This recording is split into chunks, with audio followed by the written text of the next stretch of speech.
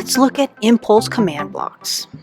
We already got our command block, so now I made a little sign here. It says, which heavenly body produces its own light? I'm going to put down a command block. I'm going to right click on it, and I'm going to type for the hover title, the moon. I'm going to leave everything else the same. Under command input, I'm going to put teleport at nearest player, and I'm going to put some coordinates in here. I'm also going to add a pressure plate where you can step on it to select the moon. I'm going to add another command block on this side, right click it. I'm going to call this one the sun, add some coordinates to it as well. And if I step on the pressure plate for the sun, it says, great job, you got the answer correct. Awesome. If I step on the moon, it says, sorry, you answered incorrectly. Thanks for watching, and if you hit the subscribe button, you'll get more videos about Minecraft.